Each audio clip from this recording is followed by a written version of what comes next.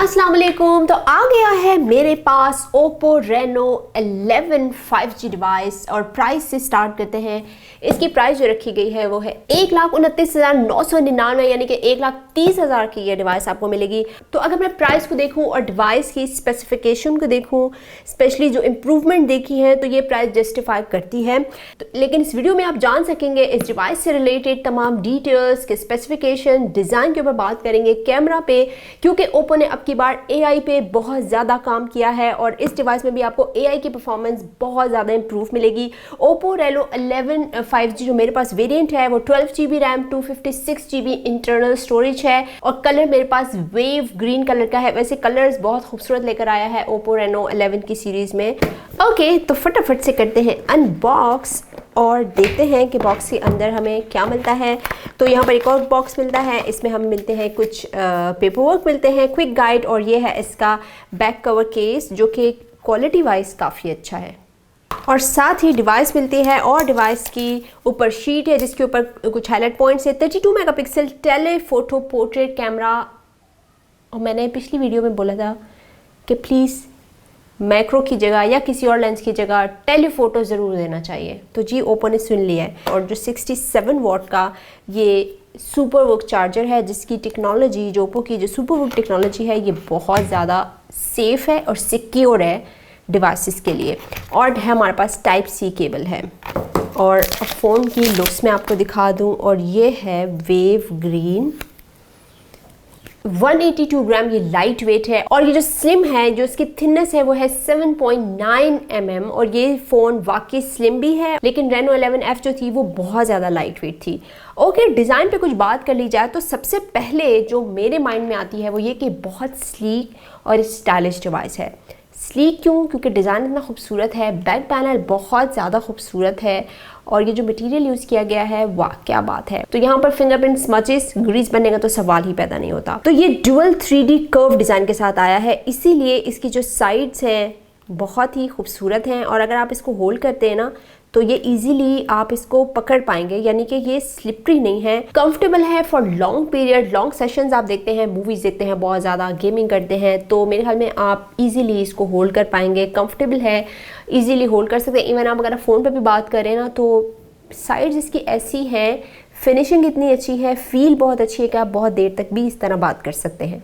तो back panel पे एक चीज़ पे एक और नज़र पड़ती है, वो है इसका कैमरा मॉड्यूल। और कैमरा मॉड्यूल भी अब की बार थोड़ा डिफरेंट, यूनिक आपको मिलता है, क्योंकि एक तरह का पैटर्न देख देख के बोरियत हो गई। तो अगर कैमरा पे आपकी नज़र पड़े तो ये एक न्यू डिज़ाइन है, इसको सनशाइन रिंग कहता है ओप्पो। अगर आप इस पर लाइट मारेंगे ना तो ये लाइट इसके ऊपर डिफरेंट एंगल से मारेंगे तो ये एक सनशाइन और खूबसूरत किस्म के आपको रिंग देगा। डिस्प्ले पे बात करी जाए, कर्व डिस्प्ले दिया गया है। कर्व डिस्प्ले मेरे फेवरेट हैं, और इसमें आपको 120 हर्ट्ज का रिफ्रेश रेट मिलता है। 1.57 mm साइड बॉर्डर है, मतलब इतने ज़्यादा थिन है, यहाँ पे कोई भी एक्स्ट्रा आपको फ्रेमिंग नज़र नहीं आ रही है। तो ये बॉर्डरलेस डिस्प्लेस, इस पर किसी तरह का गैप नहीं है, जो कि बहुत खूबसूरत लग रहा है।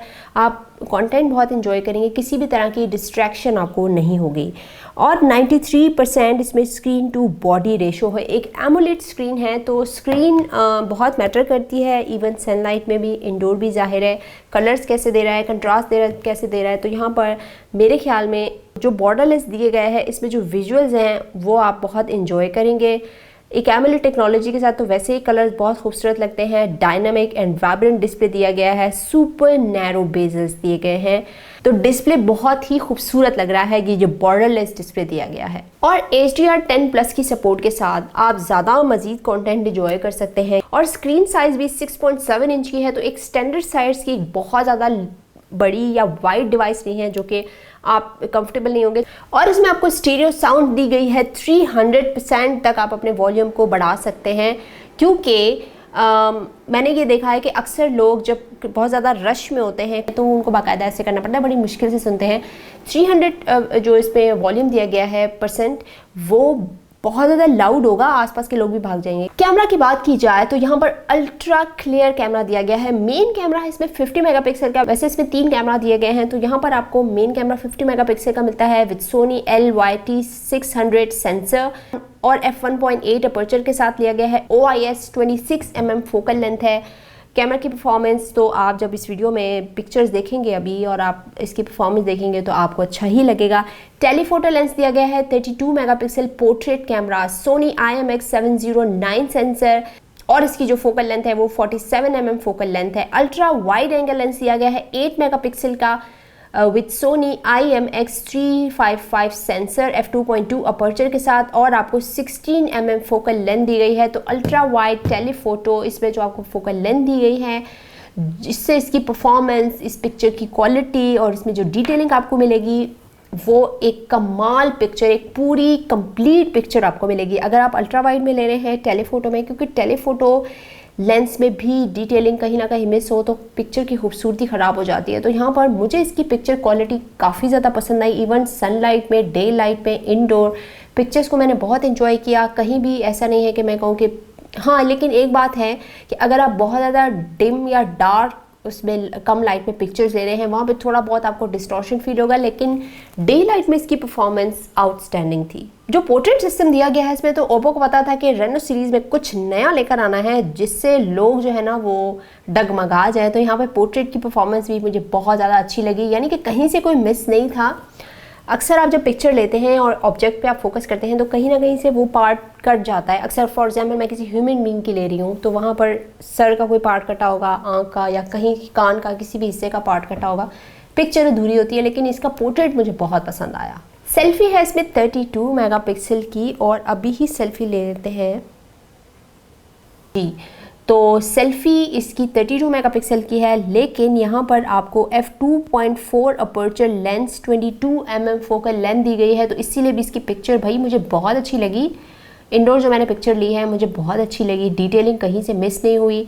तो इस तरह के कैमरा से आप भाई व्लॉगिंग बहुत अच्छी कर सकते हैं। 4K इसमें मिलता है, लेकिन अल्ट्रा स्टेडी वीडियो आपको मिलेगी, स्टेबलाइजेशन आपको मिलेगी फ्रंट एंड बैक दोनों साइड पे। तो ये एक बहुत अच्छा पॉइंट है कि आप अगर वीडियोस रिकॉर्ड कर रहे हैं, व्लॉगिंग कर रहे हैं, किसी भी तरह की पिक्चर्स ले रहे हैं तो यहाँ पर आपको स्टेबल पिक्चर्स मिलेंगी, ब्लरी नहीं मिलेंगी, वीडियो स्टेबल होगी, अल्ट्रा क्लियर वीडियो होगी, तो आप ज़्यादा अच्छी व्लॉगिंग कर सकेंगे। ColorOS 14 भाई बहुत अपग्रेड किया गया है। क्या प्रोडक्टिविटी लेकर आया है ओप्पो अब की बार ColorOS 14 में। स्मार्ट फीचर्स बहुत ज़्यादा मिले जो कि आपकी डेली रूटीन में बहुत काम आते हैं, जैसे file doc, smart image matting, इससे आप बहुत कुछ कर सकते हैं। और थीम्स और डिफरेंट वॉलपेपर्स, बहुत कमाल के फीचर्स मुझे लगे। परफॉर्मेंस के लिए इसमें Dimensity 7050 की चिपसेट दी गई है जो कि ऑलमोस्ट एक ऐसा चिपसेट है कि आप उसमें अच्छी गेमिंग परफॉर्मेंस तो करीब आपको मिलेगी। जैसे मल्टीटास्किंग आप बहुत ज़्यादा करते हैं, ऐप्स बहुत ज़्यादा स्विच करते हैं, हैवी ऐप्स इंस्टॉल करते हैं, उसमें तो किसी भी तरह की आपको कोई भी प्रॉब्लम नहीं फेस होगी।